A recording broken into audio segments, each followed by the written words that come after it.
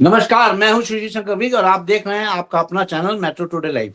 Metro today live में आज जो हमारे साथ आए हुए हैं वो हैं जयपुर से कल्याण जी, कांग्रेस के मंडल अध्यक्ष हैं जो हमारे साथ जुड़ते हैं सांगानेर से। कल्याण जी, आपका स्वागत है मेट्रो टुडे लाइव में। धन्यवाद sir, thank you sir. Kalyan ji, Venezuela के बारे में जितना भी कहा जाए कम है, क्योंकि वेनेजुएला एक अमेरिका का सबसे तेजी से बढ़ता हुआ देश था। दुनिया का सबसे ज्यादा यहाँ पे मिस वर्ल्ड और मिस यूनिवर्स वेनेजुएला से ही आई हैं। यहाँ पर समुद्री तट पे सोमालिया और सलोनी जो थे उनके मजमे लगे रहते थे, क्योंकि यहाँ पे जो जीडीपी रेट थी वेनेजुएला की वो दुनिया में टॉप 10 में गिनी जाती थी और लोगों का सपना था कि वेनेजुएला में जाके वो नौकरी करें और वहां पे रहे। लेकिन वहां पे एक नेता हुआ करते थे हुगो स्वेन। हुगो स्वेन ने ये कहना भड़काना चालू किया वहां पे लोगों को कि यहाँ पे उद्योगपति जो हैं वो पूरे देश को खरीद लेंगे और पूरे देश को अगर खरीद लेंगे तो आपका भी यहाँ पे रहना मुश्किल हो जाएगा, दुबार हो जाएगा। तो इस तरह से वो जो भड़काया उन्होंने, वहां की जीडीपी रेट जो है गिरने लगी। इसी बीच एक परसों खबर आई कि वेनेजुएला पे अमेरिका ने कार्रवाई कर दी है और वेनेजुएला पे कब्जा कर लिया है। वेनेजुएला पे कब्जा करने के बाद यहाँ पे निकोलस मुंदरो जो राष्ट्रपति थे वेनेजुएला को, उनको कब्जे में ले लिया है उनकी वाइफ के सहित। जबकि एक बड़े सुरक्षा के घेरे के अंदर वेनेजुएला के राष्ट्रपति मुंदरो अपनी वाइफ के साथ एक कमरे में बंद थे। ये ठीक उसी तरह सैन्य कार्रवाई की है यूएसए ने, अमेरिका ने, जैसे कि लादेन पे की गई थी। लादेन पे की गई थी उसको मारने के लिए, लेकिन इसमें इन्हों पे की गई थी इनको किडनैप करने के लिए। और किडनैप करने से ये ऐसा लग रहा है कि वर्ल्ड वॉर 3 की पूरी शुरुआत हो चुकी है। मुंदरो राष्ट्रपति जो हैं उनकी पत्नी दोनों उनके कब्जे में हैं। अभी ट्रंप का मिशन क्या है किडनैप के पीछे, इसके बारे में कुछ जानकारी नहीं आ रही है। अभी ब्रेकिंग न्यूज ये आई है 3 बजे कि ट्रंप को किम जॉन ने धमकी दी है कि अगर उनके दोस्त निकोलस मुंदरो राष्ट्रपति को नहीं छोड़ा गया उनकी वाइफ के सहित, तो आपके अमेरिका को तबाह कर देंगे। ये किम जॉन की धमकी है। आपको इसके बारे में क्या कहना है कल्याण जी? स्पष्ट करें कि वेनेजुएला जो इतना ज्यादा तरक्की पे था, अमेरिका ने उस पर कब्जा कर लिया है। जी बोले। नमस्कार। देखिए, वर्ल्ड में बहुत बुरी स्थितियां चल रही हैं और हर कोई आदमी सर्वे करवा और प्रधान बनने की कोशिश कर रहा है। अमेरिका को पहले सारा वर्ल्ड जो है सर्वे सर्वा मानता था, मगर धीरे धीरे करके बहुत सारे देशों ने परमाणु दक्षता हासिल कर ली और वो भी एक प्रधान की दौड़ में आ गए, जिसमें चाइना है, इंग्लैंड है, रशिया है, ऑस्ट्रेलिया है, फ्रांस है, इटली है। ये सब नाटो में होते हुए भी अपनी प्रधानता या अपनी दबदबाई शो करने की कोशिश करते हैं। और अमेरिका एक बहुत ज्यादा एम्बिशियस आदमी है, जिसे राष्ट्रपति जिसे कहते हैं डोनाल्ड ट्रंप। उनकी एम्बिशियस, उनकी ख्वाहिशें बहुत ज्यादा है। वो चाहते हैं कि पूरे देश पर मेरा दबदबा रहे और मैं जो कहूं वही काम हो। जो आदमी मेरे अगेंस्ट चले मैं उसको उठवा दूं, या जो आदमी मेरे अगेंस्ट कोई काम करे मैं उसको मरवा दूं, या अन्य उसको तहस नहस करवा के वहां पे सत्ता परिवर्तन करवा दूं। तो अमेरिका की एक ख्वाहिशें जो है डे बाय डे बढ़ती जा रही है और उन्हीं का एक परिणाम है कि अभी वेनेजुएला में जिसके बारे में हम चर्चा कर रहे हैं, वो एक उभरता हुआ देश और उभरती हुई आर्थिक स्थिति वाला देश और एक अच्छी जीडीपी वाला देश जो था, उसको एक एलिगेशन लगाकर, एक ड्रग्स का एलिगेशन लगाकर रातों रात अमेरिकन जो कमांडोज है उन्होंने उनको उनके बेडरूम से अरेस्ट कर लिया और उनको हथकड़ी लगाई गई, मुंह पर टेप लगाई गई, उनकी वाइफ को घसीटा गया और उनको अरेस्ट करके अमेरिका ले जाया गया। अमेरिका में एक ऐसी जेल में रखा गया है जो सबसे ज्यादा पॉपुलर है, जिसमें सबसे ज्यादा जो क्रिमिनल्स, खतरनाक क्रिमिनल्स होते हैं, खतरनाक कैदी होते हैं, उनकी श्रेणी में उनको रखा गया है। और ये सारा वाकया डोनाल्ड ट्रंप लाइव देख रहे थे, तो उनको कैसे उठाया जाएगा, कैसे बिठाया जाएगा, क्या होगा, कैसे होगा। तो वो सारी की सारी प्रक्रिया लाइव जैसे टीवी देखा जाता है वैसे देख रहे थे, और इसी तरह से उन्होंने पकड़ के अरेस्ट करके उनको कैद में डाल दिया है। और जैसे ही दूसरे देशों को इस चीज की भनक लगी, या डोनाल्ड ट्रंप ने एक प्रेस कॉन्फ्रेंस करके ये बताया कि मैंने इस तरह से इनको उठा लिया है और इन्होंने ड्रग्स की सप्लाई करके पूरे जेनजी को बर्बाद कर दिया, युवाओं को बर्बाद कर दिया, ये ड्रग्स की सप्लाई हमारे देश में कर रहे हैं। तो इसकी प्रतिक्रियाएं आना चालू हो गई है, और प्रतिक्रियाएं आना चालू कुछ पक्ष में है, कुछ विपक्ष में है।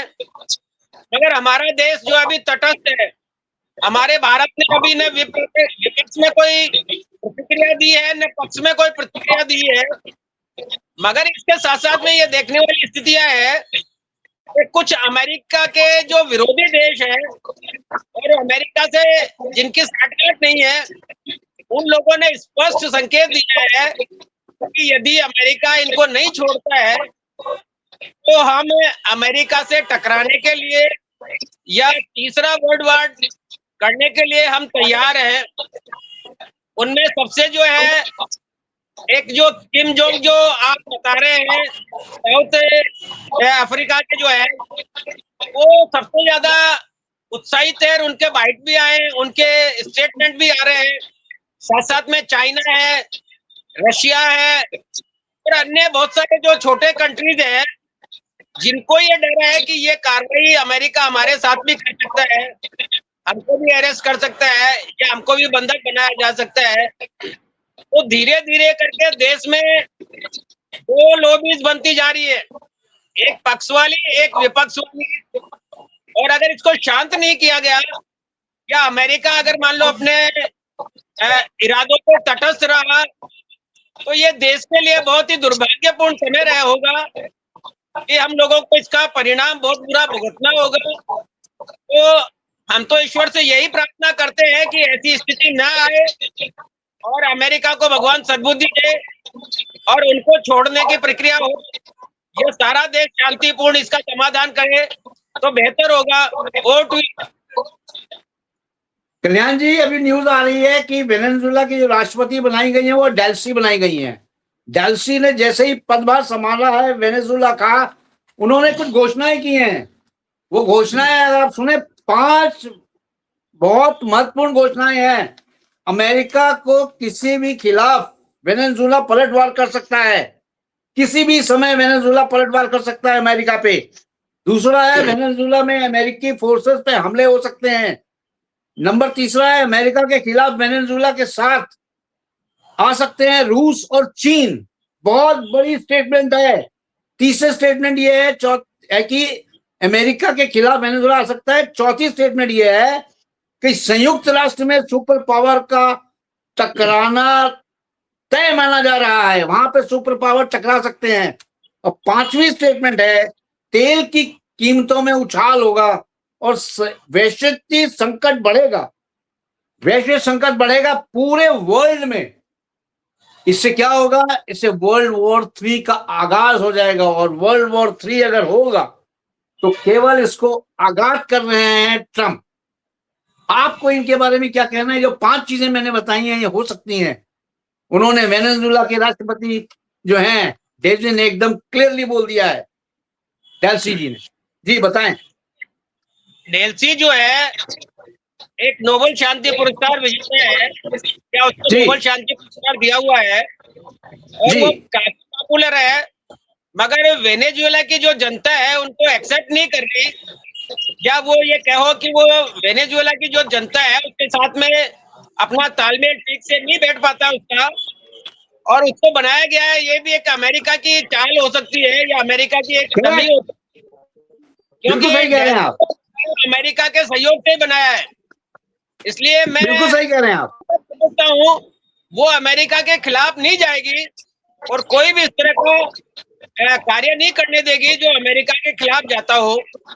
रही बात यह है कि वैश्विक मंदी की या वैश्विक तेजी की, तो वेनेजुएला एक ऐसा देश है जो यूएई से ज्यादा अपना खनिज रखता है या तेल रखता है, तेल की वहां पे माइनिंग होती है और यूएई से ज्यादा होता है। यहाँ तक भी लोग बात कहते हैं कि वेनेजुएला पूरे वर्ल्ड में जो तेल की सप्लाई जो होती है या उसमें जो निकाला जाता है उसमें सबसे टॉप मोस्ट है। 1/4 पूरे वर्ल्ड का जो तेल सप्लाई होता है सप्लायर है। वेनेजुएला से होता है। तो इसी कारण अमेरिका चाहता है कि हम वहां पर अपना खुद का पर्सनल जो है खनिज चलाए, वहां पर तेल हम अपने आप निकाले, अपने आप वर्ल्ड को बेचे और हम साधन संपन्न हो जाए।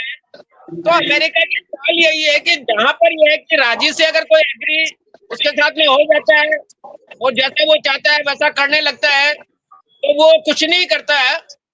और सबसे बड़ी बात यह है कि अभी वर्ल्ड में वही चला है कि माइट इज राइट, जिसकी लाठी है उसकी भैंस है।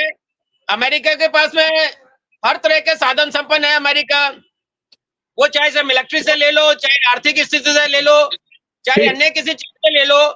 आज वर्ल्ड में अमेरिका नंबर 1 है, क्योंकि रशिया के उसने इसीलिए करवाए थे पहले कि रशिया डे बाय डे बढ़ रहा था और उसके एकदम नियरेस्ट था, उसके बराबर आ गया था।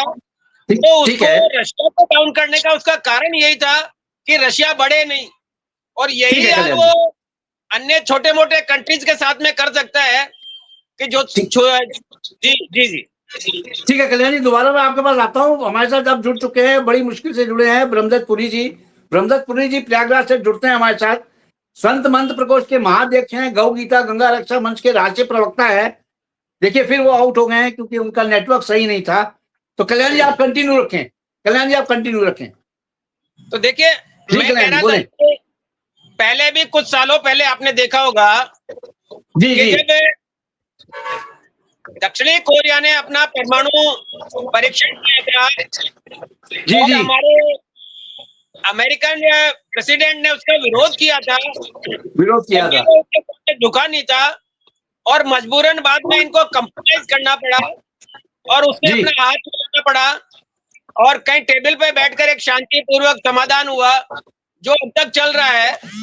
मगर उसके बावजूद दक्षिण कोरिया अपने day by day Kim Jong day by day परीक्षण करता रहा है और परमाणु परीक्षण अभी भी रिसेंटली उसने किए हैं बहुत सारे। और वो एक सन की टाइप का आदमी कहते हैं जिसका मिजाज इस तरह का है कि वो किसी को कुछ भी कर सकता है। उसने अपने परिवार के सदस्यों को भी अपनी सनक में कहते हैं कि तोप के आगे लगाकर उनको उड़वा दिया था, जिनमें उनका एक जमाई था। तो वो एक सन की टाइप का आदमी है और ऐसे सन की टाइप के आदमी कब क्या स्टेप उठाएंगे इसके बारे में कोई कुछ नहीं कह सकता। इसलिए शांतिपूर्वक कोई समाधान निकालना और पूरे वर्ल्ड में शांति बनाए रखना अति आवश्यक है और इसको पूरे देश को सोचना चाहिए, पूरे वर्ल्ड को सोचना चाहिए कि अशांति नहीं हो। क्योंकि पहले से ही आप देख लीजिए यूक्रेन और रशिया पिछले 4 साल से एक दूसरे पर बम्बार्डमेंट कर रहे हैं और यूक्रेन में भी अमेरिका ने ही इसको उकसाया। अन्यथा अमेरिका अगर नहीं उकसाता तो 2 साल 3 साल पहले इसका राजीनामा हो जाता और ये कंप्रोमाइज होकर वो देश लड़ना बंद कर देते। मगर अमेरिका ने नाटो को उकसाया और नाटो ने फिर ये है कि कमिटमेंट करके यूक्रेन को सपोर्टिंग करना चालू कर दिया और आज तक यूक्रेन को सपोर्ट कर रहे हैं, जिसमें आपका ब्रिटेन है, ऑस्ट्रेलिया है, फ्रांस है, पोलैंड है और जर्मन है। ये नाटो के देश है। नाटो के देश अभी भी यूक्रेन को सप्लाई कर रहे हैं, आर्म्स भी दे रहे हैं और आर्थिक मदद भी दे रहे हैं, जिसके कारण वो आज तक हम रशिया के सामने खड़ा है। मगर स्थितियां वहां पर ये है कि वहां पर आज पोजीशन ये हो गई कि यूक्रेन अगर आज युद्ध बंद होता है तो अगले 50 साल में भी वो डेवलप नहीं होगा, क्योंकि वहां की जमीनें हैं, वहां के कारखाने हैं, वहां के जितने भी बिल्डिंग्स हैं या अन्य कोई अपनी काम है सब डेमोलिश कर दिए गए हैं और वहां पर एक जंगल राज हो गया है।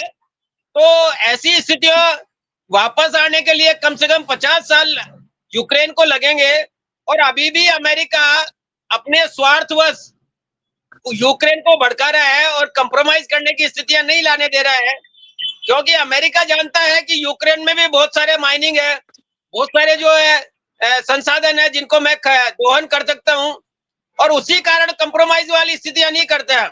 और यहाँ पर भी है कि अपने स्वार्थवश तेल के लालच में कि वर्ल्ड का सबसे ज्यादा तेल यहाँ पर निकलता है, तो मैं ये खनिज करूंगा और मैं वर्ल्ड में बेचूंगा और अपनी आर्थिक स्थितियों को मजबूत करूंगा। उसी के लालच में इन्होंने मुनरो को और उनकी वाइफ को बेडरूम से घसीट के लाए हैं वेनेजुएला में।